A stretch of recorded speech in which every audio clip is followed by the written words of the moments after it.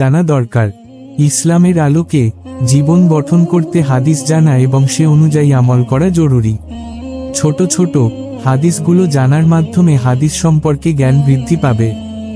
আজকের ভিডিওতে আমরা আলোচনা করব হাদিস কি, আল্লাহর বার্তাবাহক নবীজি সাল্লাল্লাহু আলাইহি ওয়াসাল্লামের বাণী ও জীবনাচরণ এবং পবিত্র গ্রন্থ আল কুরআনের ব্যাখ্যা। হাদিসের উপদেশসমূহ মুসলমানদের জীবনাচরণ ও ব্যবহারবিধির অন্যতম পথনির্দেশ।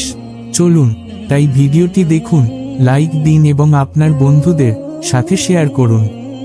ইসলামের মূল বাণীগুলি বুঝতে এবং প্রবৃদ্ধির জন্য আমাদের সাথে থাকুন।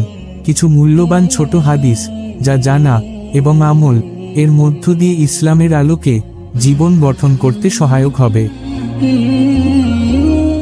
আউযু বিল্লাহি মিনাশ শাইতানির রাজীম।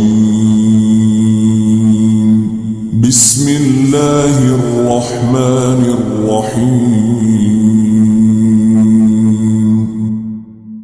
আব্দুল্লাহ ইবনু উমর রাদিয়াল্লাহু আনহু থেকে বর্ণিত, নবী সাল্লাল্লাহু আলাইহি ওয়াসাল্লাম বলেছেন, আমার কথা অন্যদের নিকট পৌঁছিয়ে দাও, তা যদি এক আয়াত হয়। সহিহ বুখারী 3215। আব্দুল্লাহ ইবনু উমর রাদিয়াল্লাহু আনহু হতে বর্ণিত, তিনি বলেন, নবী সাল্লাল্লাহু আলাইহি ওয়াসাল্লাম ইরশাদ করেছেন, কোনো মুসলিমকে গালি দেয়া ফাসিকি কাজ, জঘন্য পাপ, আর কোনো মুসলিমকে হত্যা করা কুফরি। সহিহ বুখারী 7076। আবু হুরাইরা রাদিয়াল্লাহু আনহু নবী সাল্লাল্লাহু আলাইহি ওয়াসাল্লাম থেকে বর্ণনা করেছেন, তিনি বলেছেন, কিয়ামত সংঘটিত হবে না যতক্ষণ কোনো লোক অন্য লোকের কবরের পাশ দিয়ে যাবার সময় না বলবে, হায় যদি আমি তার স্থানে হতাম। সহিহ বুখারী 7115। আবু হুরাইরা রাদিয়াল্লাহু আনহু থেকে বর্ণনা করেন, আল্লাহর রাসূল সাল্লাল্লাহু আলাইহি ওয়াসাল্লাম বলেছেন, মুনাফিকের চিহ্ন তিনটি: 1. যখন কথা বলে মিথ্যা বলে, 2. যখন অঙ্গীকার করে ভঙ্গ করে, 3. আমানত রাখা হলে খিয়ানাত করে। সহিহ বুখারী 33। আবু হুরাইরা রাদিয়াল্লাহু আনহু হতে বর্ণিত, নবী সাল্লাল্লাহু আলাইহি ওয়াসাল্লাম বলেছেন, আমি ইচ্ছা করেছিলাম যে সালাত আদায় করার আদেশ করব।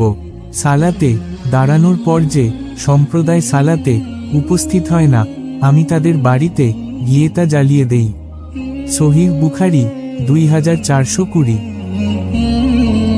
আয়েশা রাদিয়াল্লাহু আনহুমা হতে বর্ণিত যে, রাসূলুল্লাহ সাল্লাল্লাহু আলাইহি ওয়াসাল্লাম যখন বিছানায় যেতেন, তখন মুআউবিত সূরা ফালাক ও সূরা নাস পাঠ করত, তার দুহাতে ফুঁক দিয়ে তা শরীরে মাসেহ করতেন।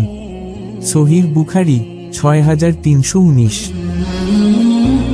আনাস ইবনু মালিক রাদিয়াল্লাহু বর্ণনা করেন, নবী সাল্লাল্লাহু আলাইহি ওয়াসাল্লাম যখন পায়খানায় প্রবেশ করতেন, তখন তিনি বলতেন, হে আল্লাহ, আমি আপনার কাছে যাবতীয় পুরুষ ও স্ত্রী শয়তানদের থেকে আশ্রয় প্রার্থনা করছি। সহিহ বুখারী 6322। আবু হুরাইরা রাদিয়াল্লাহু আনহু হতে বর্ণিত, নবী সাল্লাল্লাহু আলাইহি ওয়াসাল্লাম বলেছেন, তোমাদের প্রত্যেক ব্যক্তির দোয়া কবুল হয়ে থাকে যদি সে তাড়াহুড়া না করে আর বলে যে আমি দোয়া করলাম, কিন্তু আমার দোয়া তো কবুল হলো না। সহিহ বুখারী 6340।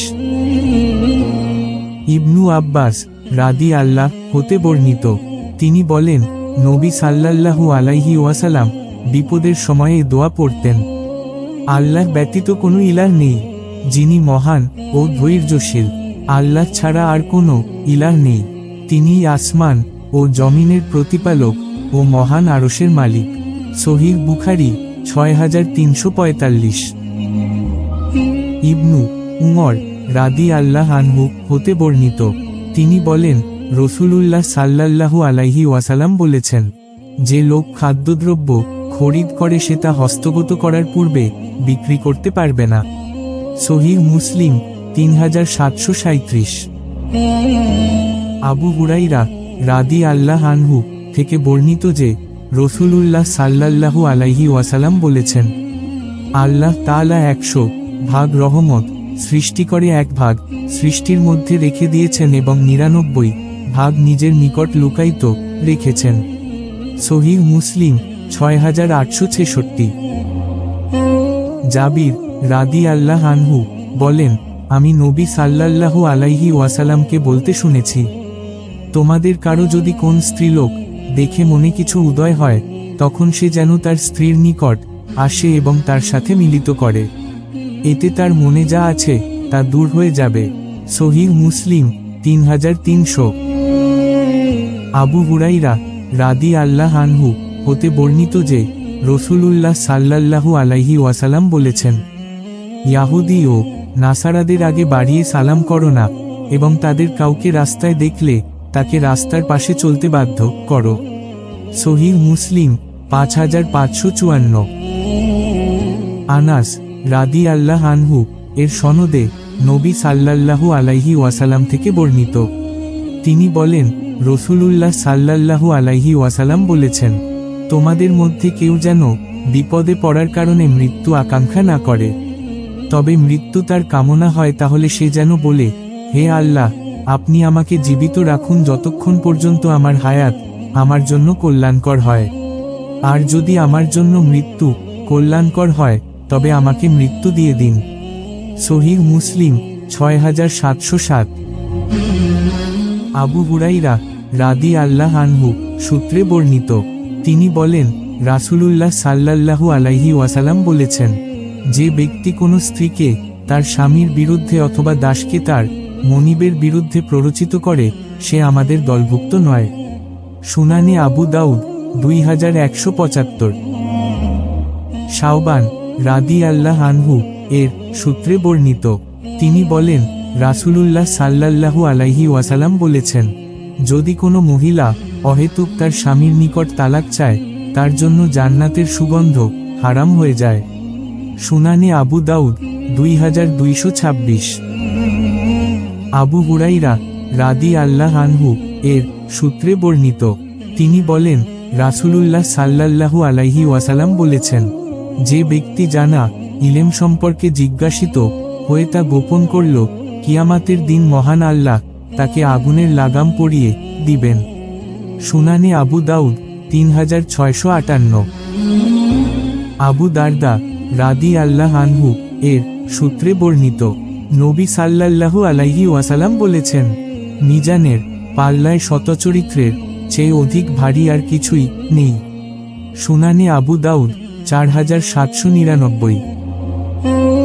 আবু সাঈদ রাদিয়াল্লাহু আনহু এর সূত্রে বর্ণিত, নবী সাল্লাল্লাহু আলাইহি ওয়াসাল্লাম বলেছেন, তুমি মুমিন ব্যক্তি ব্যতীত অন্য কারো সঙ্গী হবে না এবং তোমার খাদ্য যেন পরহেয়গার লোকে খায়।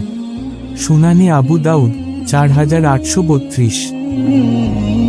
আবু হুরাইরা রাদিয়াল্লাহু আনহু এর সূত্রে বর্ণিত, নবী সাল্লাল্লাহু আলাইহি ওয়াসাল্লাম বলেছেন, সবচেয়ে নিকৃষ্ট মানুষ হলো দ্বিমুখী চরিত্রের লোক, তারা এক দলের নিকটে এক চেহারা নিয়ে এবং অপর দলের নিকটে অন্য চেহারা নিয়ে আত্মপ্রকাশ করে।